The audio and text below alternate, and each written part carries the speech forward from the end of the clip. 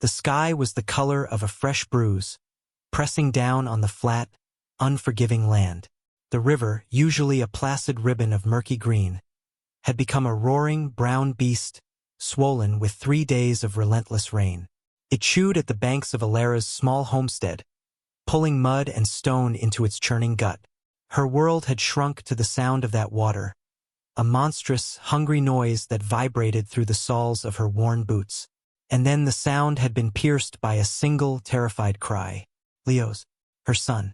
He was a flash of blue homespun, a small, insignificant thing tumbling in the immense, violent current. The sight broke something inside her, shattering her paralysis into 1,000 shards of screaming panic. She plunged into the frigid water without thought, the shock of it stealing her breath, the powerful current grabbing at her skirts like a living thing trying to drag her under to join her boy. She was no match for it. The river was a god, and it was angry. It threw her back towards the bank, her hands clawing uselessly at the slick mud, while she watched the most precious piece of her soul being swept away. Despair was a physical weight, crushing the air from her lungs. This was how it ended. After the fever had taken her Thomas, after she had fought tooth and nail to hold onto this small patch of earth, the river would take her son. A figure appeared on the opposite bank, moving with an unnatural stillness against the storm's fury. A man. He was a silhouette of grim purpose, his duster clinging to a lean frame, the brim of his hat pulled low. She knew of him. The townspeople spoke his name, Silas, in hushed tones, painting him as a specter haunted by some unspeakable sin.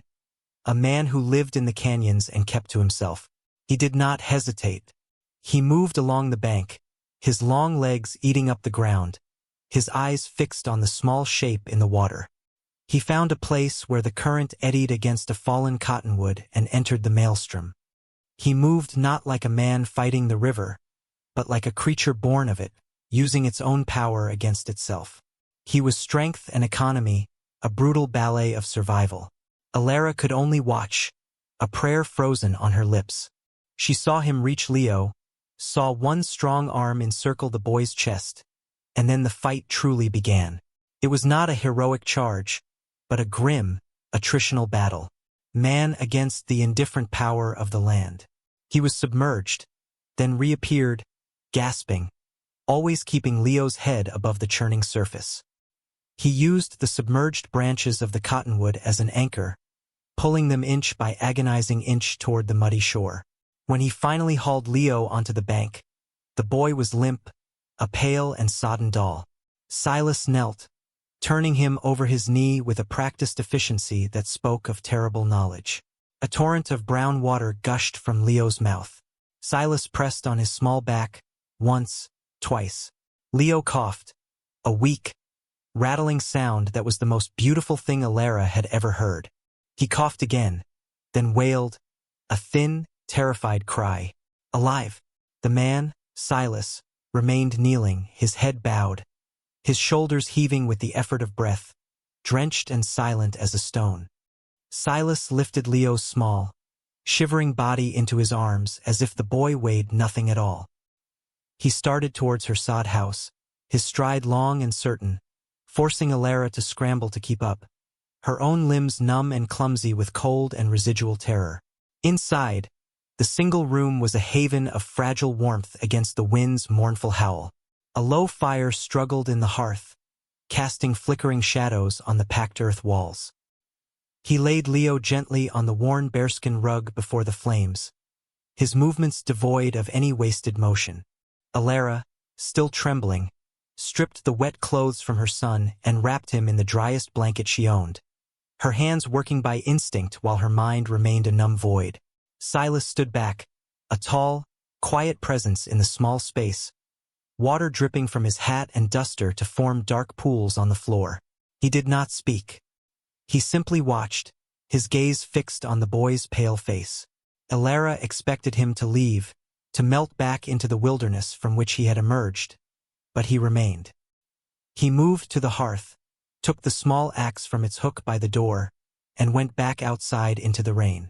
A few moments later, he returned with an armload of split, dry logs, He must have kept under a private shelter, and methodically, expertly, built the dying embers into a steady, roaring fire. The cabin filled with a clean, resinous scent and a comforting, radiant heat. He had done all this without a word, without being asked. He moved with a quiet authority that was more reassuring than 1,000 empty platitudes. The whispers of the town, that he was a man touched by violence, a ghost with a dark past, seemed like foolish gossip in the face of his profound, practical grace. She saw his hands as he stoked the fire, long-fingered and calloused, but steady. They were the hands that had pulled her son from the jaws of death. She owed him a debt so immense it had no name. "I have stew," she said, her voice a raw croak. He did not look at her, his attention still on the flames. He gave a slight, almost imperceptible shake of his head. He had done what was needed. The transaction, in his mind, was complete. He rose to his full height, turning towards the door. Panic, sharp and sudden, flared in Alara's chest. He couldn't just leave. He couldn't walk back into the storm after rewriting her world. The gratitude was a physical pressure inside her. A wild, desperate thing that needed release. She had nothing. No money, no property of worth. She had only herself, a woman worn down by grief and hardship, but a woman still. The thought formed, shocking and raw, born not of desire but of a primal need to repay the invaluable with the only currency she possessed. He reached the door, his hand on the latch. "Wait," she whispered, the sound barely audible above the fire's crackle. He paused, his back to her. She took a step closer, her heart hammering against her ribs. "Let me thank you. The right way." The words hung in the air between them, heavy and mortifying and deeply, achingly sincere. He turned slowly. His face, shadowed by his hat, was impossible to read. There was no scorn in his eyes, no judgment, only a profound, ancient weariness. He looked at her. Then his gaze shifted to Leo, who was stirring by the fire, his breathing now deep and even. A long, silent moment passed. "The boy breathing," he said, his voice a low, gravelly rumble. "That's the way," and then he was gone, the door closing with a soft click, leaving her alone with the warmth of the fire, the life of her son, and the echoing weight of his quiet dignity. Weeks bled into one another, and the violent green of summer surrendered to the brittle gold of autumn. The river shrank back to its docile self, leaving behind a scar of bleached mud and debris as a reminder of its fury. The incident became a fixed point in Alara's memory, a moment that had cleaved her life into a before and an after. Silas did not return, yet his presence lingered. She would wake to find a neat stack of firewood by her door, far more than her own efforts could have produced. A fence post, loosened by the flood, was driven deep and firm into the earth one morning. The wire stretched taut again. She would catch a flicker of movement on the high ridge that overlooked her homestead. A lone rider, still as a statue, watching. He was a guardian ghost, a protector who demanded nothing, not even acknowledgement. It was a strange, unsettling comfort. The town remained a place of suspicion. When she rode in for supplies, she felt their stares, a mixture of pity for the widow and a fresh curiosity tied to her association with the outcast.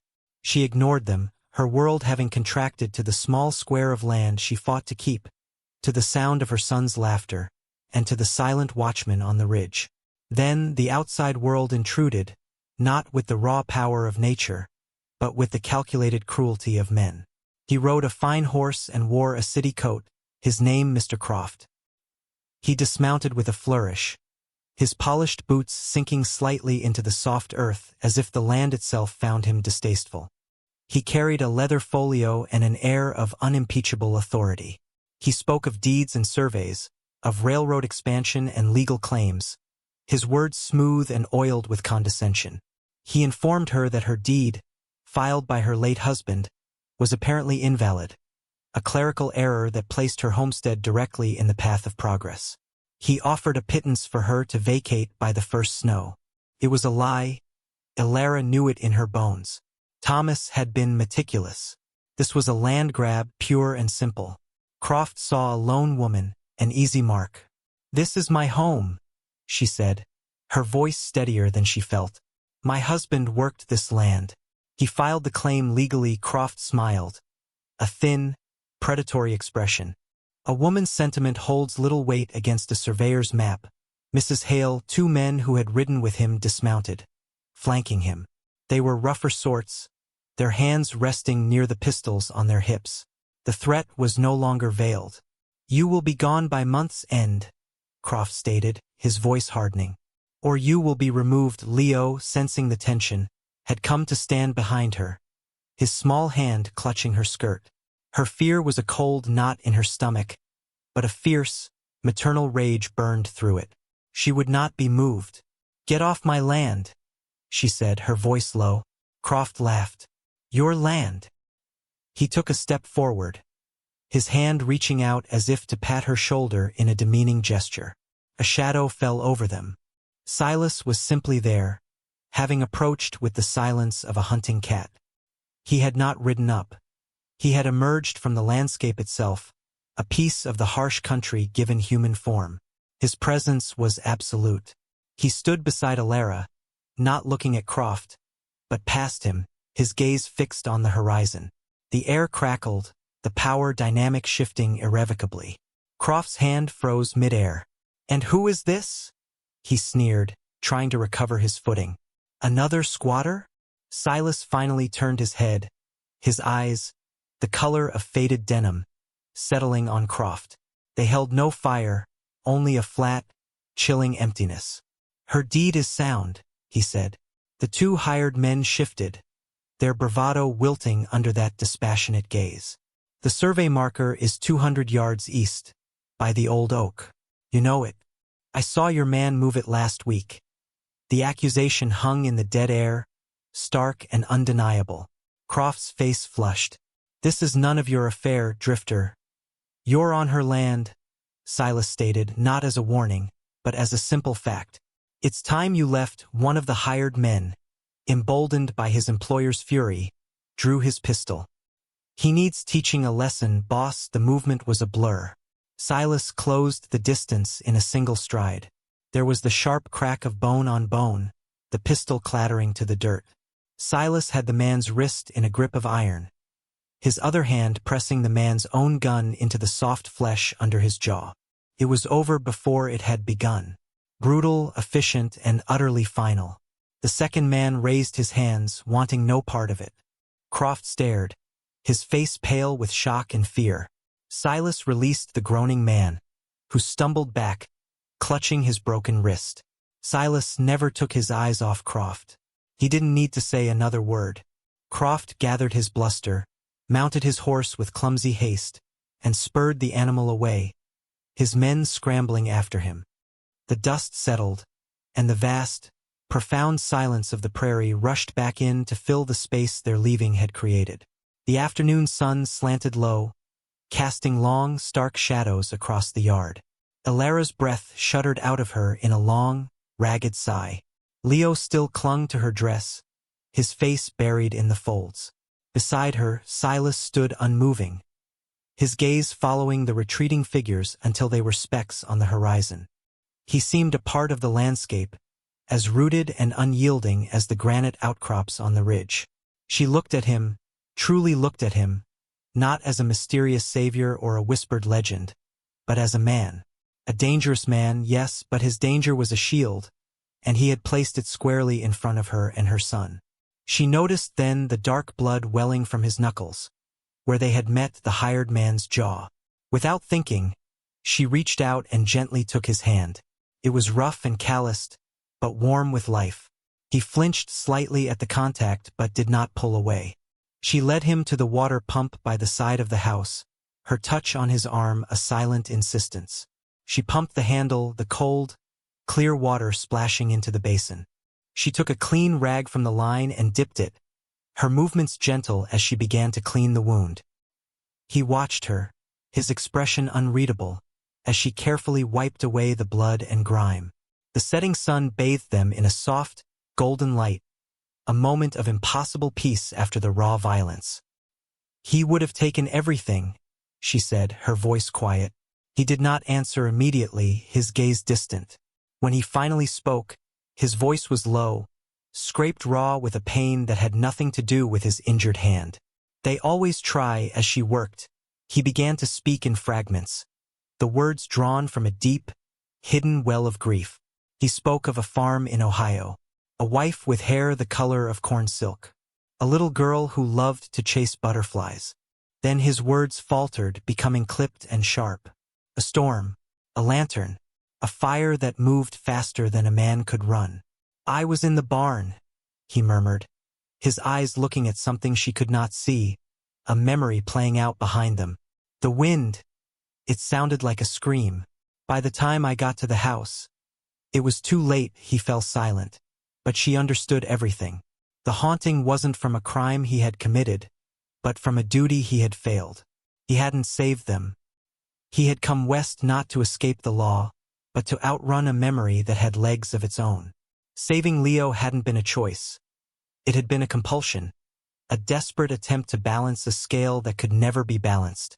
Her own loss, the dull, constant ache for Thomas, resonated with the jagged edges of his. She was no longer just a woman in his debt. She was a woman who understood the language of ghosts. She finished cleaning the wound and looked up, meeting his gaze directly. She saw not a killer but a penitent. She saw a man more lonely than anyone she had ever known. A wave of profound empathy washed over her, eclipsing the last remnants of fear. He had given her back her world, and she, in turn, could offer him a place in it. A place to stop running. "Stay," she said, the single word an invitation that meant more than 1,000 others. "Stay for supper." He looked from her face to the small sod house, where a warm, yellow light was beginning to spill from the window into the encroaching twilight. It was a beacon, a small anchor in the vast, darkening emptiness. For the first time since she had known him, the iron guard in his eyes seemed to soften. After a long moment that stretched into an eternity, he gave a slow, deliberate nod.